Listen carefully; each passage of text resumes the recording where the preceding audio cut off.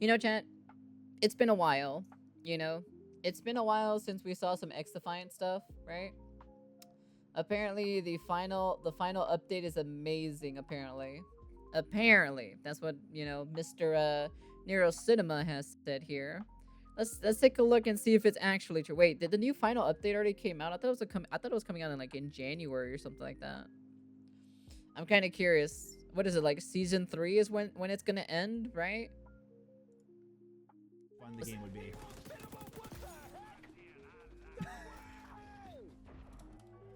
What the fuck was that? What the hell was that intro? Alright, let's take a look, shall we?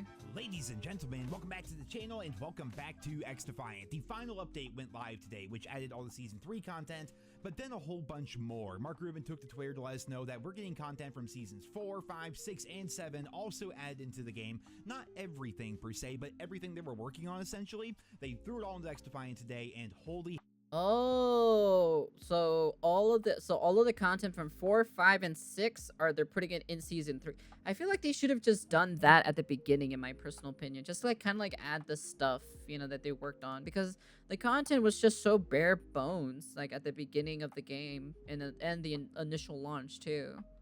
hell, I cannot begin to tell you guys how amazing this stuff is. Let's talk about the new content, for example. We have 6 new arena maps, 3 new linear maps, plus the 4 maps that came out with Season 3, totaling in 13 new maps to play on. We have 3 new factions, all with unique abilities, ultimates, and passives.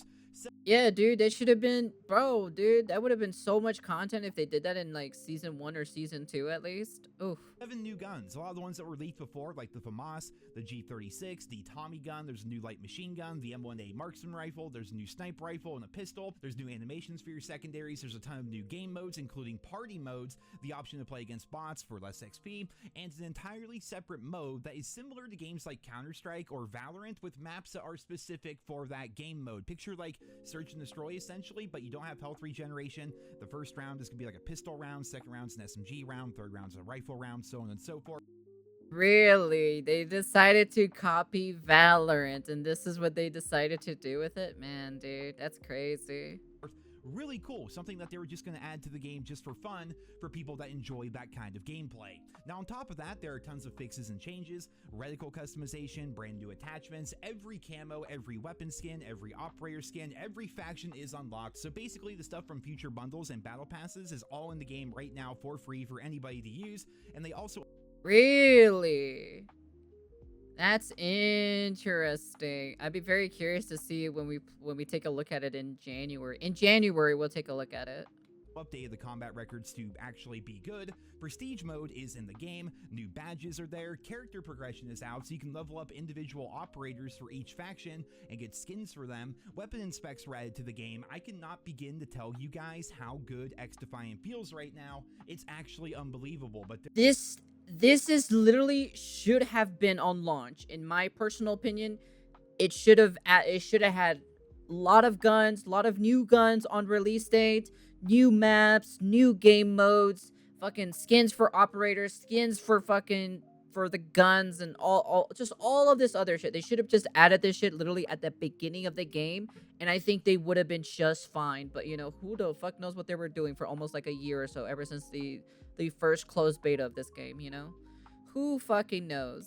there are 3 very important caveats. Number A, of course, the game is being sunset. This means that no matter what, the servers are shutting down for good in June. There is some hope that a resurgence, thanks to this update, may actually change Ubisoft's mind, but that's incredibly unlikely to happen. Number B, the only way for it to work if, number 1, they get an amalgamation of increase of numbers of players, and I assume you can't access the shop anymore, so there's no way for them to earn money, so it would just have to be literally the number of players. new people cannot download the game. The only people that can play the game right now are people that still have it installed or people that previously had it installed. So if you're playing on Xbox, PC, PlayStation, or whatever, if you uninstalled Xdefiant at any point, but at least you had it at one point, you can still re-download it and still play. And number C, the servers are absolutely terrible right now, like really freaking bad. And I'm not here to say that it's like laggy and I'm dying around corners or anything like that. I mean, you can barely connect to the game, and when you do, it takes forever and it makes playing very difficult. Ooh, yikes. That's pretty bad. That's definitely not very good in my personal opinion. I streamed the new update today for about 5 hours over on Twitch, and in total, I only played 16 matches in that time. And assuming matches are anywhere from 8 to 12 minutes, this means that roughly half my time played on stream was like this. That's a pretty bad decision to not make players who never downloaded this game, who wanted to give it a try before it goes away, they can't be able to play it. That's pretty bad. That's a pretty bad decision making, to be honest. Just black screened, waiting for the game to load essentially. Like, I played for 2.5 hours and I waited for 2.5 hours. That's not very good whatsoever. If you're somebody that has any kind of a schedule Jesus, 7 minutes to get into a match? That's crazy. To keep or responsibilities or anything, you cannot justify trying to play a game like this where it takes you 10 minutes to get into a match. I'm not entirely sure what's causing this. I'm no engineer, but perhaps, I suppose it's possible they got rid of a bunch of servers because the game's being sunset, right? The game's essentially going to slowly die between now and June, and this big influx of new players returning is maybe causing the remaining servers to not really run right. I don't know. Again, I'm not an engineer. I'm gonna be very curious, right? When this game dies, who is going to revive like the servers to get private servers for this game? I'm kind of very curious if someone's gonna do private servers for this type of game itself, you know, because they did it for the older Call of Duty games where there is private servers for them. I'd be very curious if they'll do the same thing for Xdefiant. Engineer. That's just my working theory. Hopefully it's something that they can work on. They essentially have a skeleton crew working on the game right now, but maybe that's something that can be fixed, or if not, we kind of just have to wait for more people to leave the game, which feels really bad. I'm not entirely sure what's going on. What I do know, however, is that when you can get into the game, holy hell is this fun. It's amazing, actually. The new factions are awesome. The new guns are super fun to play with. Even though things like the G36 were not ready, it's very clear that the G36 was not meant to come out with Season 3, but they were already kind of working on it. They're like, screw it, we'll throw it into the game. We know people like this gun, and the reload animation doesn't even quite work right. It kind of just models and mimics the AK-47, but regardless, they threw it into the game for players to play with. And the maps, ladies and gentlemen, let's talk about the maps here. Freaking beautiful. The art team killed it like they had throughout the entirety of Xdefiant. Like, the art team is so freaking talented over there. Like, those people should not have to worry whatsoever about job security when they move on to a new project or to a new team. These guys are incredible, like really freaking good. But the maps themselves, why can't COD have maps like this? Like, Xdefiant's maps, they play so well, and these ones that we're going to be coming out with Season 3, 4, 5, and 6, and 7 apparently, they're so unique with how they play. There's so many different random little things about the maps, like different unplayable areas that would kill you if you go into them.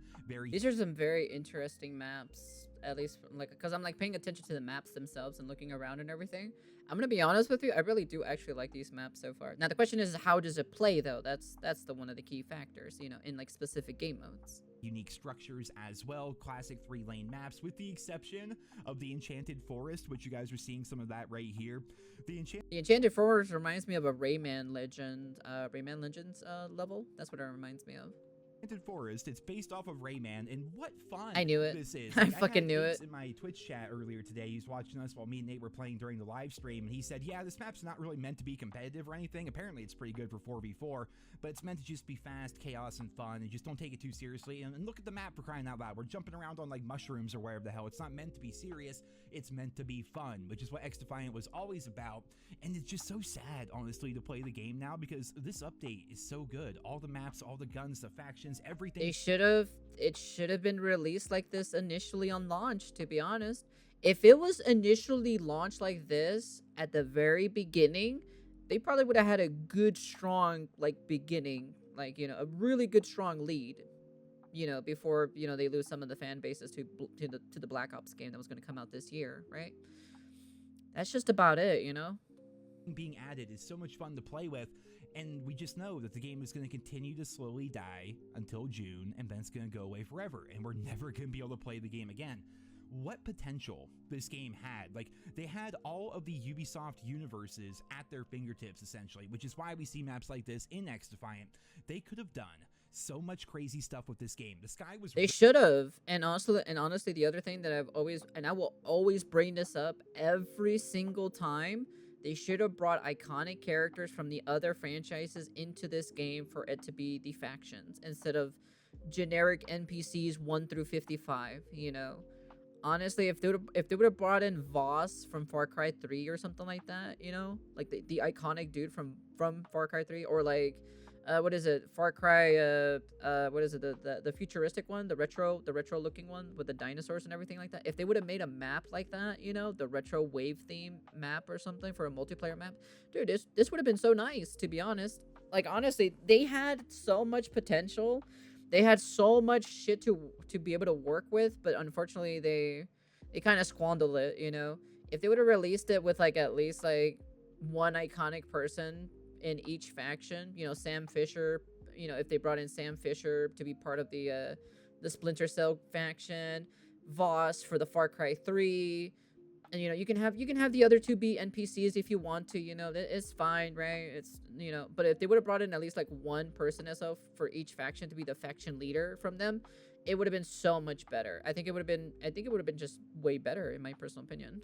Really the limit when it came to what factions they could add, what maps they could add, what weapons they could add, what blueprints they could add. There's some Rayman blueprints and stuff like that that you can use on certain guns. I think the P90 might have one of them. Like, why in the world did they cancel this game? And I'm seeing reports popping up all over online that essentially, and I can't really verify any of this, it's what I've heard, relaying information here, but don't take it as fact, take it with a pinch of salt. But what I'm hearing is Ubisoft is just getting rid of all of its assets essentially, and it's going to be basically just being sold off. So Xdefiant being shut down isn't necessarily their fault. It's Ubisoft basically saying, yeah, we're shutting down most things and then we're just going to go away and sell off to a bigger company, is my understanding of what's happening. Maybe some Yeah, the Tencent acquisition.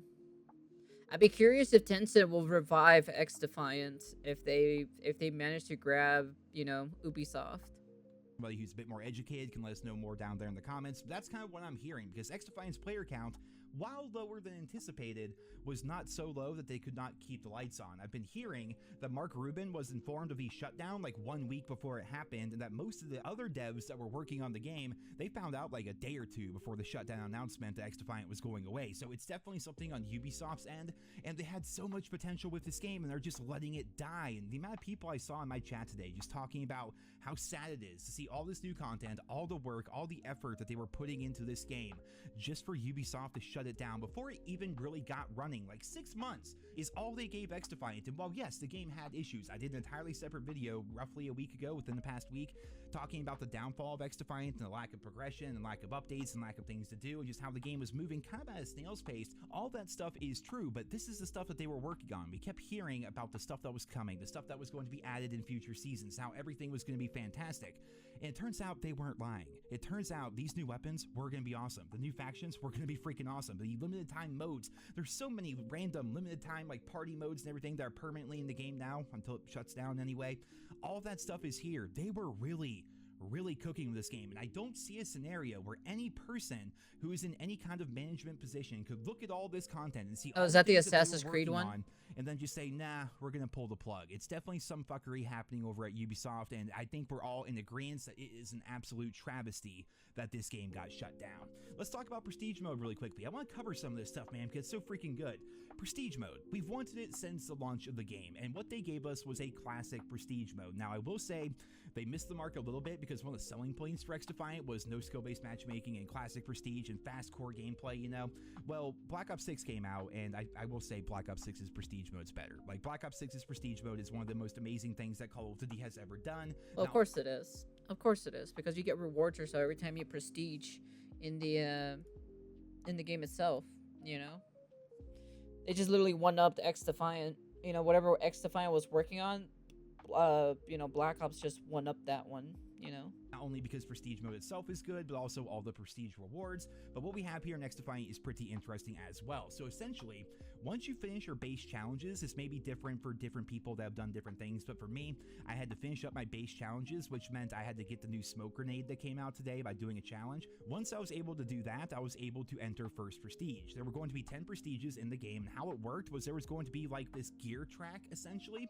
So you would level up throughout your prestige, and it doesn't seem like it takes very long to prestige whatsoever. I got a quarter of the way through the prestige playing only a couple of hours today because in reality most of my time was spent waiting. So you level up throughout your prestige and then you slowly unlock different things throughout your prestige. So on the gear track there, you get, what was it, 14,500 XP, and then you unlock the TAC 50. Now you're on tier 2, which I think was for the MP5, then tier 3, tier 4, tier 5, all the way up to around tier 29, I think, where it unlocked everything for your character. So it did limit you a little bit in what you could actually do. That was the cost of prestiging, essentially. You had to slowly re-unlock all the things that you had unlocked previously. You didn't lose your skins, you didn't lose your attachments or your weapon levels or anything like that, but you could only use the things that you had unlocked during your prestige, which added some challenge to the game. It was a lot of fun actually running around the default M4 class because that was all I had unlocked at the time.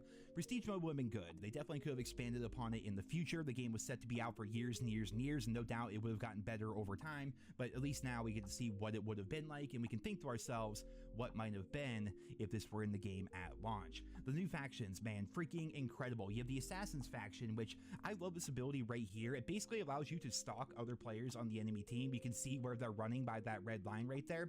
Their passive is you can actually execute enemies by going behind them and using your hidden blade, which ties into the Assassin's Creed faction. You have the Blood Dragon Omega Force faction, which is so freaking cool, dude. I never actually... The Blood Dragon? Is that... Yeah, that's from Far Cry Blood Dragon, isn't it? Right?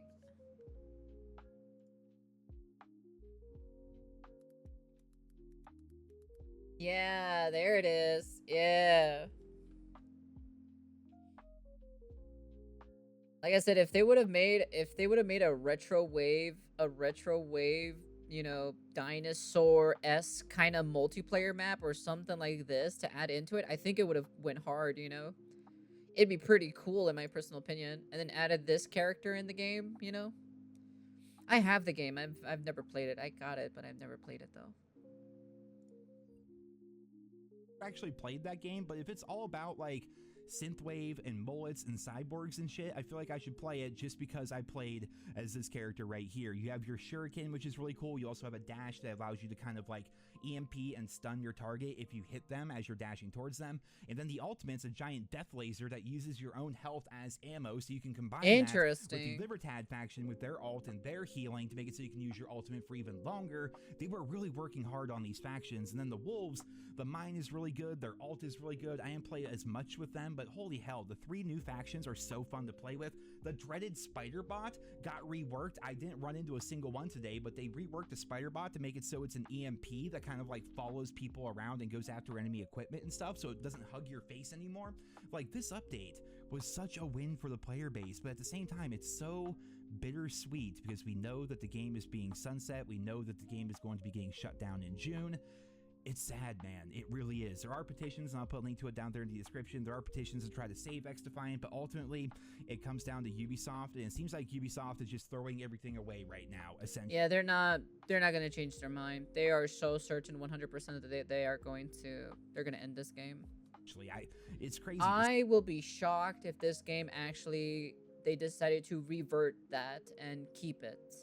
CEO of Ubisoft just a couple months ago, I made a video on it, said that the future of Xdefiant is bright and that the game is doing great and this, that, and the other, and now here we are. And we can see with our own eyes and our fingers on our controllers and shit, like how good this stuff was actually going to be, which just makes the entire scenario even more sad. Ladies and gentlemen, that is going to be it for this video here today. Expect more Xdefiant videos, believe it or not, here in the near future, because again, the servers were so bad, I wasn't able to play all that much. I got 16 games in over the course of 5 hours, but even then, 16 games playing with the new guns on the new maps and everything, I still haven't experienced half of what they added in today's update. That is how freaking crazy these things are. So guys, stay tuned for that. I'll be honest with you, Ubisoft definitely wasted this potential 100% with this game. They really could have had an actual good, a pretty good competitor in the FPS genre, you know, especially for being it free to play compared to Call of Duty where you have to pay $70 for it. It probably would have been a really good competitor, to be honest, but unfortunately they kind of squandered it. Plus also I do blame the development team as well a little bit, because the only reason why is because like the initial launch of the game was like, I felt like I was playing the closed beta. Honestly, that's what it really felt like. I felt like I was still playing the same game, and I put like 20 plus hours in the beta itself, and when the game came out, I did not really put that many hours into it because it just felt like I was just playing the same game, but it just felt worse. You know, I think I prefer the beta version of the game compared to the final release of the game itself, because I thought the beta was just a lot more funner. The movement was so much fun in the game. I also abused the movement too, but it was just so fun when you actually, you know, when you actually did it correctly. It was really fun. But hey, man, it is what it is, right? You know, I guess you can't really abuse the movement in the game. So, and I'm not even a movement god, but I know how to fucking do some crazy shenanigans with the movement. But yeah, I just wanted to see for what is it, season 3, right? This is season 3's for Xdefiant, right? Kind of looks like it. Kind of looks like a pretty cool update. We'll try to check it out and see it maybe in January or maybe closer to the end of the year if we have time, depending on like the games that we have to play. But it'll probably be January though. But anyways, yeah, I just kind of want to see this. That's the end of the video. You guys can comment, like, subscribe, do all that fancy jazzy stuff. Yeah, I just wanted to see what the new update. I thought the new update was coming out in January. I didn't think it was gonna come out in December. That's interesting. But anyways, yeah. At least I still have the game downloaded, so I'll have to update it and everything. So that's the end of the video. And peace.